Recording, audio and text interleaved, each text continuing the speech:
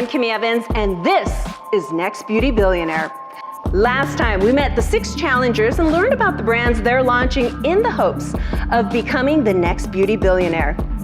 As the competition moves along, they'll be earning points in the hopes of outplaying, outperforming, and outbranding the competition. Just one will earn $100,000 towards manufacturing and up to a $500,000 investment in their brand. Now, in the last episode, all 6 contestants completed the design and packaging challenge with the help of mentors Brandon Frank and Karen Leach. They were given 2 hours to create packaging for the top 3 products that best represent their brands. Let's have a recap.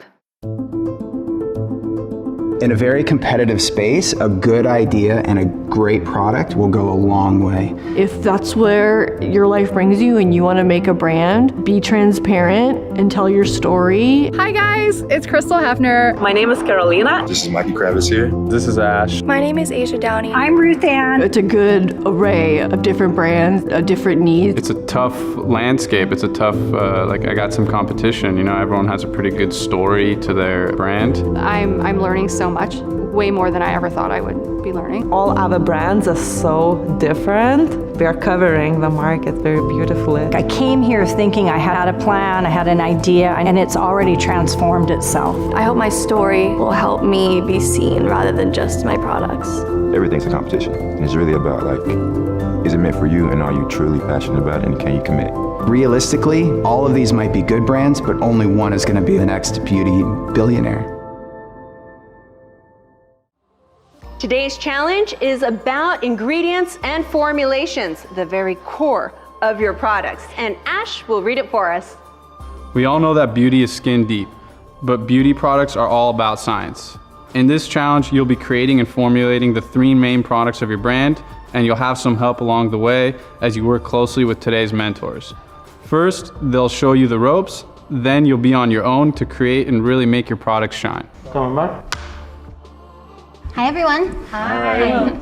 My name is Jess Taylor and I am the founder and formulator at Native Nectar Botanicals. My background is primarily in holistic medicine and herbalism, so the study of plants. I'm here today to help you learn about what extracts and plants might be beneficial for you to add, how to add them, and what they do. I started out with formulating very simple products, but quickly realized with doing more and more research that we just had a treasure of really sophisticated extracts and ingredients that could be used in skincare to make more sophisticated formulas. We're definitely in a time that consumers are more educated than ever. They know what they want. They want to see that in your ingredient decks and in your product formulations. So pay attention to that. You know, when you're on social media and you're scrolling, look at what the skincare influencers are buzzing about. What is the ingredient that they are looking for in their products? And then figure out, does that fit in with your line and how can you take advantage of that excitement over an ingredient? What I'm hoping to help the contestants do is to just kind of finesse their formulations and make suggestions on botanicals or extracts that might strengthen those products.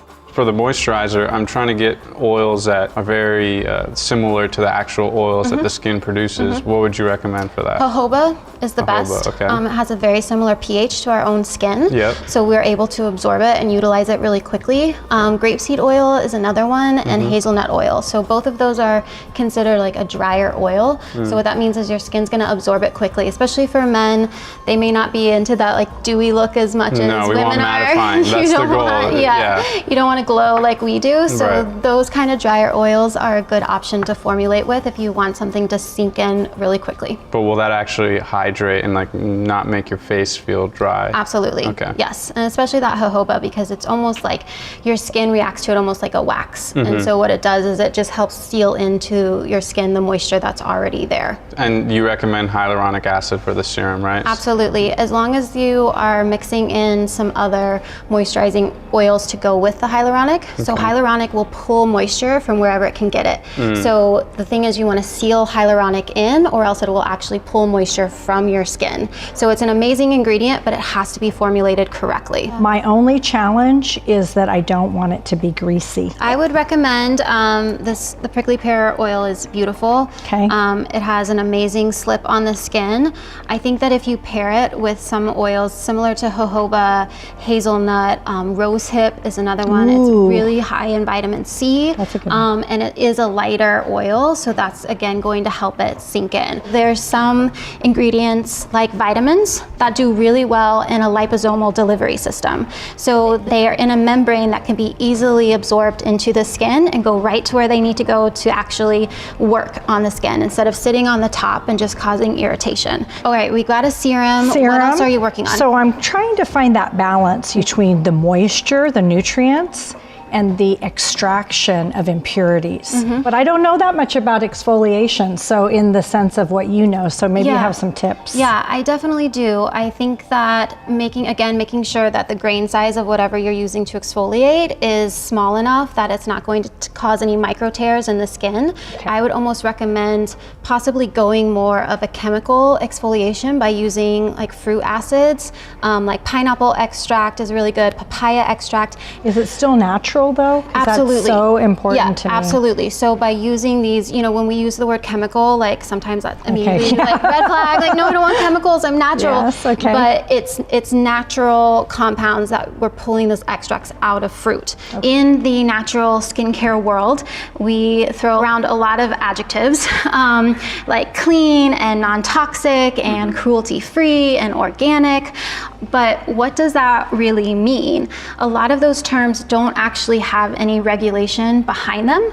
And so I encourage you, not that you can't use labels like that for your products, but make sure that you have something that's backing it up. So, what I try to do when marketing my own products, I don't focus about what's not in it, I focus on what is in it and let people know the benefits that they're getting. If you have an ingredient that you're really focusing on, it's on the front of your package, it's on your bottle, work in the formulation to make sure that it's in a form that can be absorbed and utilized by the skin, so you're not just throwing out marketing claims. Tell me about the oil. Are you planning on doing like any infusions or like any specific herbs in there in addition to the CBD?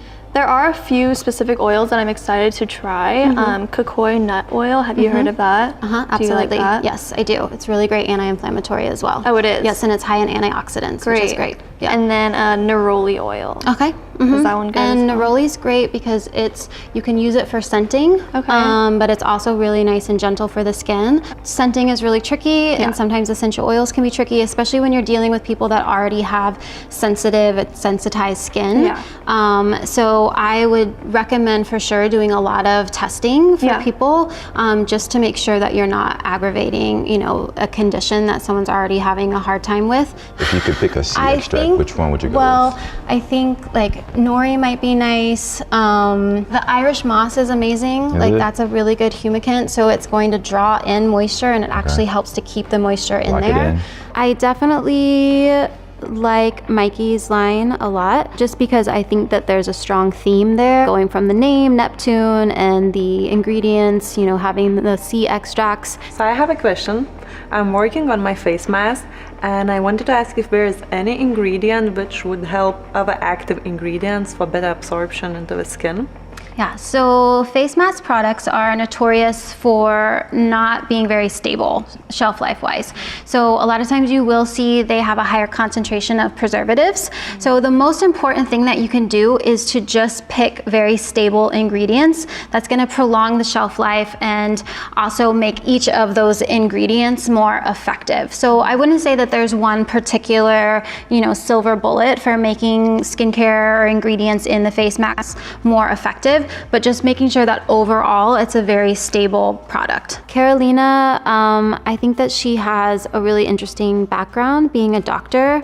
Her products are great. The ingredients are great. Jess made one point about my face mask, that I could launch only one product and focus on it rather than launching 3 products. What I've pitched to her is to perhaps focus on the Baltic amber ingredient being the star, because there's a story behind that, there's culture behind that. And then as she moves along, really tap into that multi-purpose, consolidated market where people are wanting more minimalistic. They want things that, don't clutter their shelves. From marketing perspective, it would be much easier for me. I totally agree. But in reality, I can, even if it's more difficult to launch free products, I'm sticking with launching free products because I cannot exclude them. One is targeting bigger range of consumers. It's hydrating, glow, anti-aging, and other ones are more problem-solving, anti-blemish, anti-acne, and then oil-balancing, detoxing. So it's not that I want to get rid of these products. These formulations, I worked on it to make it like very natural and very clinical at the same time. From my own experience, people love feeling like they can have a spa treatment in their own home. Work that angle of bringing the spa home, that you don't need to go book an appointment. You can get these amazing quality ingredients and see the results that you would get at a spa, right? That's in exactly your own bathroom. what I want to do. Yes. Perfect. That's awesome. Yeah. Guys, I'm so excited for each of you to be on this journey. There's so much opportunity in the natural skincare world, and I think that each of you are bringing something new and fresh to that. So we'll be meeting on that later, and I wish you all the best in this upcoming competition. The beauty industry is a $500 billion industry globally. In the US alone, it's $100 billion. And so that is a lot of ingredients, a lot of brands, absorbing a lot of messages. My name is Jennifer Norman. I'm the founder and chief human officer of Humanist Beauty and the Human Beauty Movement. What I'd like for these contestants to realize is that they have an opportunity to really create some white space and to obliterate anything that came before them. When a brand founder is starting a new formula, it's really important for them to know exactly what they want. And so being very clear on the type of ingredients that they want to use, where they're going to source them from, what the feel is of that product, and then what the whole experience is that they're going to be giving to the final consumer. Hi, Ruth Ann. Hi. How's it going? Good. Yeah, awesome. So what product are you making today? So I'm making a toner. You're making a cream or a balm today? I'm gonna make my cream today. So now you're getting into your surfactants. Yes. Don't eat it. It says it's coconuts though. All right, so you'll want to get all of this heated up so these emulsifiers will melt. Okay. And then you'll be able to see a creamy base form. Keep stirring. Keep stirring. Masky texture. Yeah, it's already nice and thick. Yeah. And then do I add the smells after that, or? Yeah, once it's kind of in its cool down phase, then you want to add your volatile oils, which are the essential oils. So nothing here is gonna like erupt, right? Am Nope. if I put it in the Should be wrong good. order? This is witch hazel water. Good, it's a nice, Yeah. nice astringent.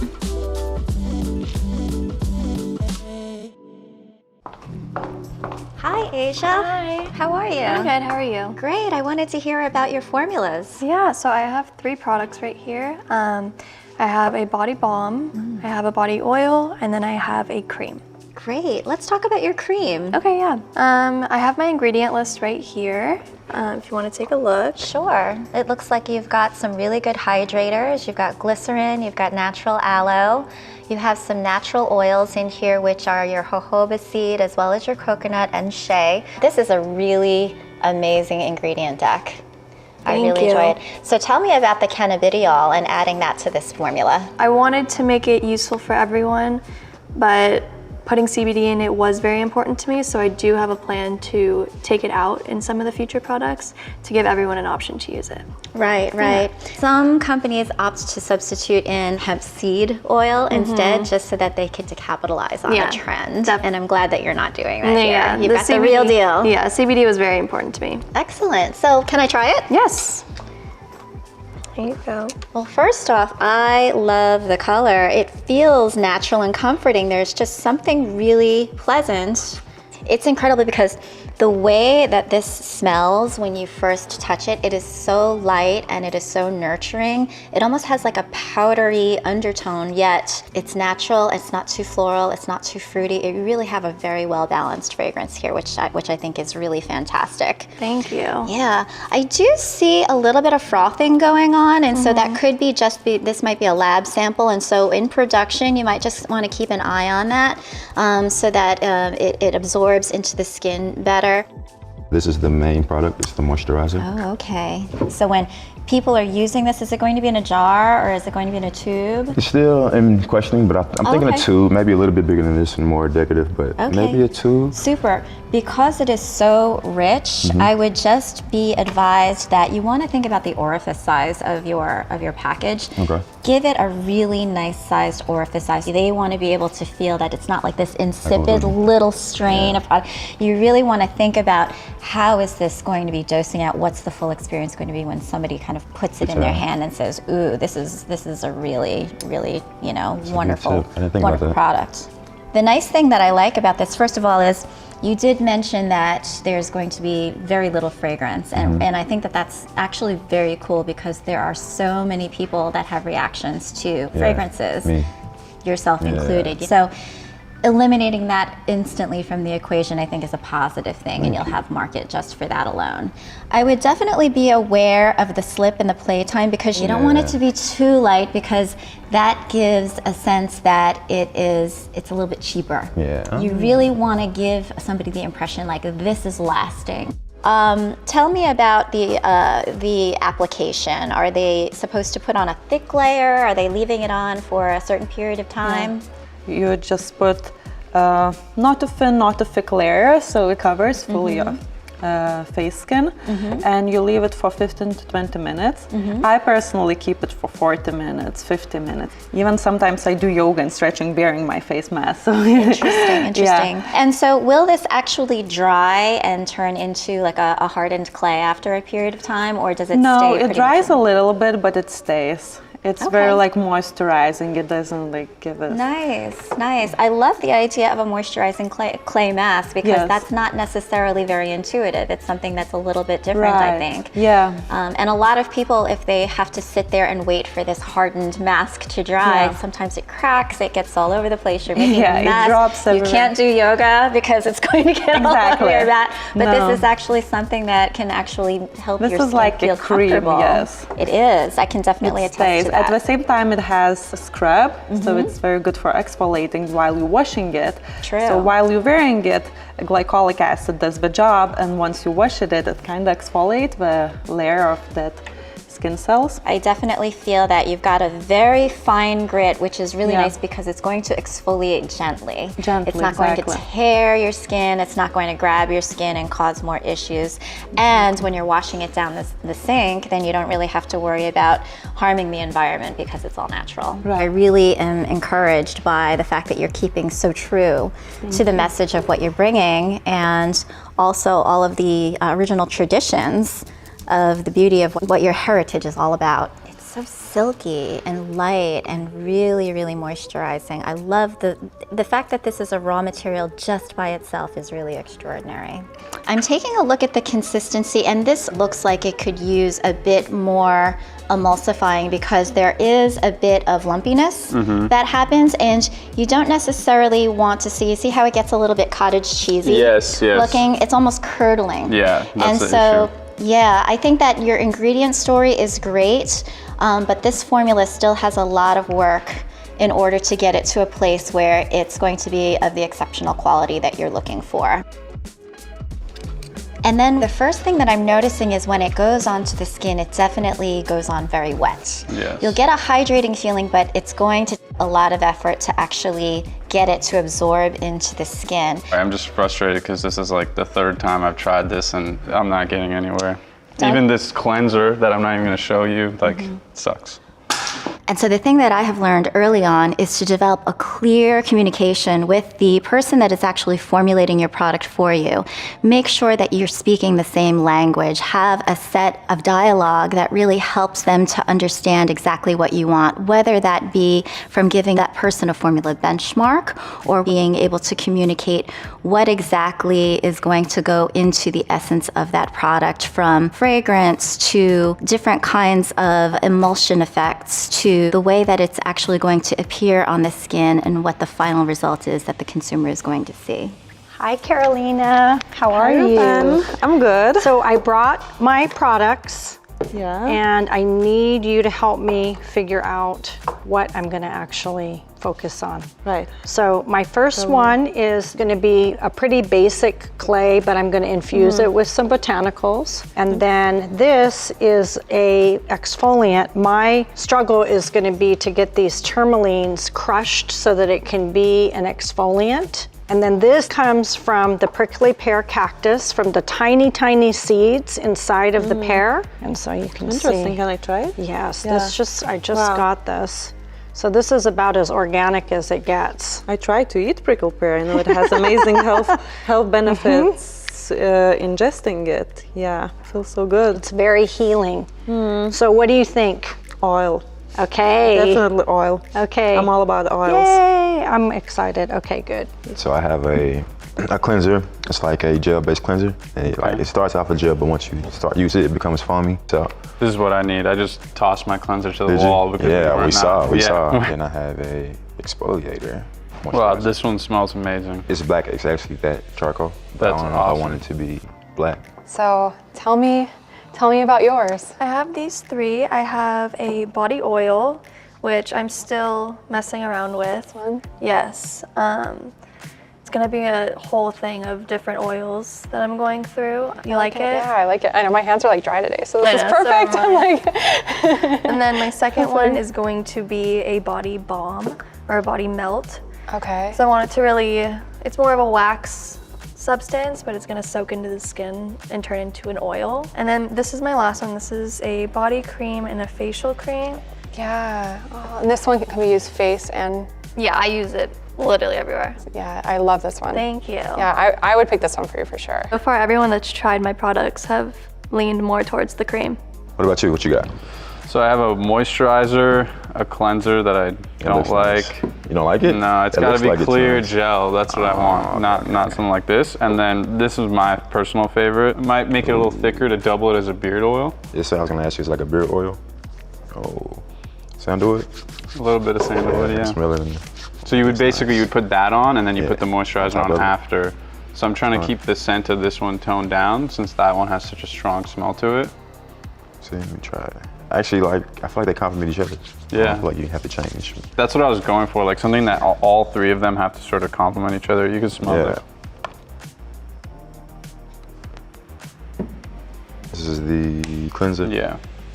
It smells fresh. Yeah, it You want smells it to- good. It's just it not, smells great, The yeah, it formula is smells- not stable. It keeps separating, so I got to go back to the chemist. For Crystal's product, I said the lip balm would be my top pick. Women ingest 7 pounds of like lipstick in their Oh my lifetime. gosh. So with this, it's like you can ingest it and you'll be fine. The whole concept of ingesting the lipstick and lip balm is super, I've never even knew that, so I think that would be her best product. Gun to your head, which one are you picking? Yeah.